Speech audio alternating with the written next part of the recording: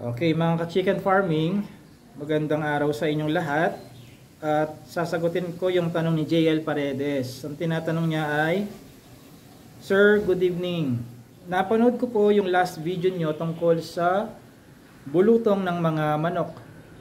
Bali, ang tanong ko po ay ano po ang gagawin dun sa mga sugat nila? Yung mga kulay itim po. Kusa na lang po ba yung mawawala o may gamot po para doon? Salamat po. Okay, this is a valid question, JL, no? I am sure ang pinapatungkulan ni JL dito is yung dry na klase ng fowl pox na bulutong, no?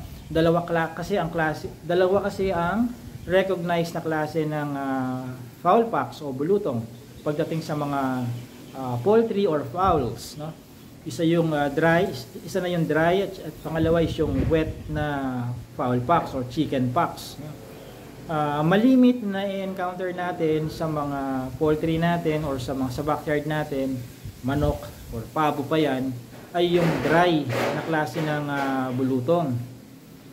Yung dry na klase ng bulutong, ito yung nakikita natin kapag sa mga pabo, madalas sa tuka nila or sa paa. Diyan madalas ang bulutong sa pabo, no? Sa paa, daliri, no? Daliri ng paa. Sa manok naman doon sa palong nila, dito nila, yung comb nila dito, no? Yun ang dry na bulutong, no? Tapos nagiiwan niya ng scabs, yung bakas ng pinagbakasan ng bulutong, no? Itim. Yung wet na klase naman ng bulutong, makikita yun sa ngala-ngala. Kumbaga sa tao ay parang meron siyang mga laso-laso, no? Sorry for the word, may mga nana, no? Ganyan patsi-patsing mga parang bulutong yun. Hindi pala parang bulutong talaga yun, no? Na may nana. Now, don't get confused dun sa isa namang klase ng sakit din sa ngala-ngala na may mga nana din. Ang tawag dun ay canker. Canker madalas nandito sa, kumbaga pag nginanga mo ang manok, nandito sa dito niya, no? Yung canker, no? Hindi masyadong sumisiksik hanggang doon sa esophagus. Ang wet na klase ng fowl pox ay talagang kahit pag binuha mo ng esophagus niya, makikita mo hanggang doon sa parang mukhang dire-diretso hanggang bituka, meron siyang wet fowl pox. Sa totoo naman, umaabot hanggang bituka yon, no? So doon mo madidistinguish kung canker ba yon or yung bulutong lang. Well, huwag na natin nilalang lang ang bulutong dahil pwedeng ikamatay yan if left untreated, no? Lalo na kung mahina ang immune system ng ating poultry or yung poultry animal na tinamaan nun. So, tanong ni JL, anong gagamot doon? Anong igagamot para, pwede bang hayaan na lang yun, mawawala yung bakas na itim?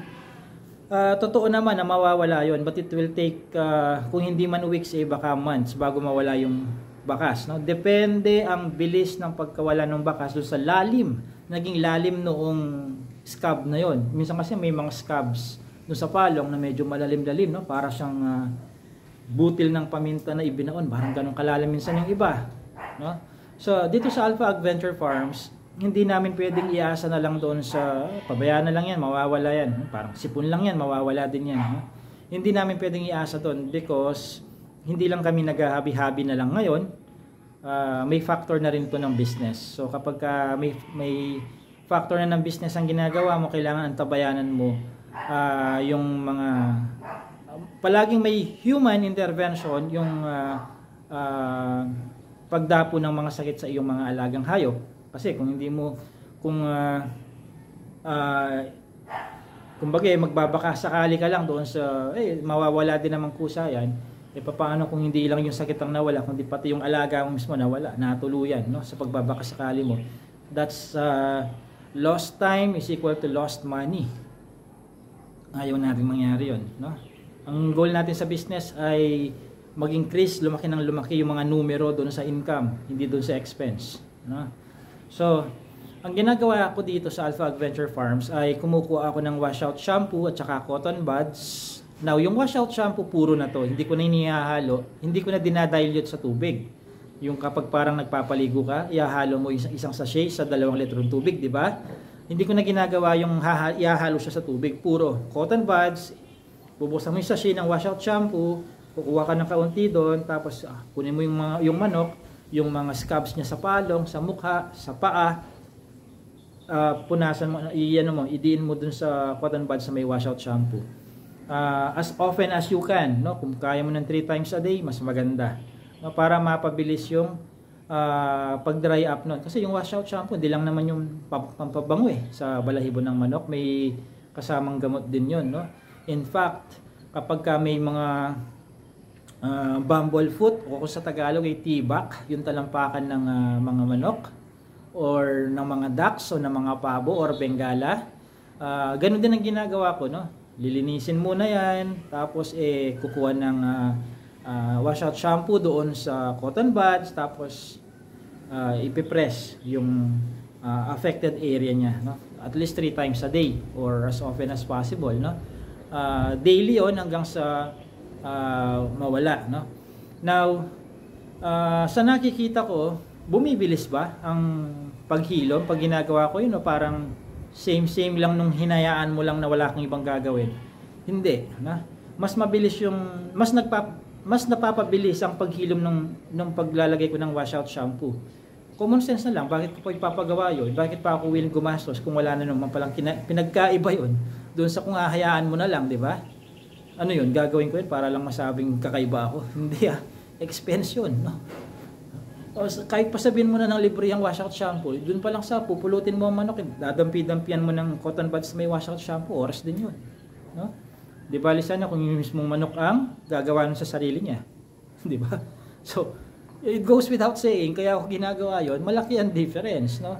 Napapabilis, kumbaga worth it yung oras na inilalaan sa paggawa nun, pati yung gastos sa pagbili ng washout shampoo. Diba? So, I think hindi na lang i-explain yun kung bakit ko ginagawa, no? So, yun ang ginagawa ko, JL, no? Hindi ko siya hinahayaan lang, dinadampian ko ng washout shampoo yung kanyang, excuse me, yung kanyang mga scabs. Now, paano naman kung wet na klase ng foul packs yan? Ipapasok ko ba yung dulo ng cotton bud sa ngala-ngala? No, hindi mo pwedeng gawin yun dahil hindi mo pwedeng ipa-intake sa manok yung washout shampoo, no? So, kapag wet naman siya, wala kang iisiping mga scabs, no? Doon kasi I understand kung bakit gusto mong mawala kaagad yung itim na scabs doon sa kanyang palong, mukha at saka sa paa, kasi aesthetically hindi magandang tingnan.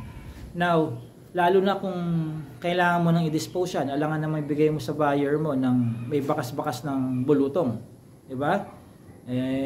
Paano kung natapat ka sa isang mabusisi, maalam na nagmamanok, alam niya na from 3 meters away, uy, tinamaan ng bulutong yan. Nakikita ko yung bakas dito, no?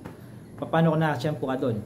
Baka mamaya ilalabas mo ulit ng kahon yan, ibabalik sa kulungan, cancel ang deal. I think yun ang pinanggagalingan ng kagustuhan nating mawala kaagad ang bakas. Now, kapag wet naman ang foul packs, wala kang gagawing pagdadampi-dampi ng washout shampoo. Una, hindi pwedeng gawin yun. Hindi pwedeng palunok sa manok yun.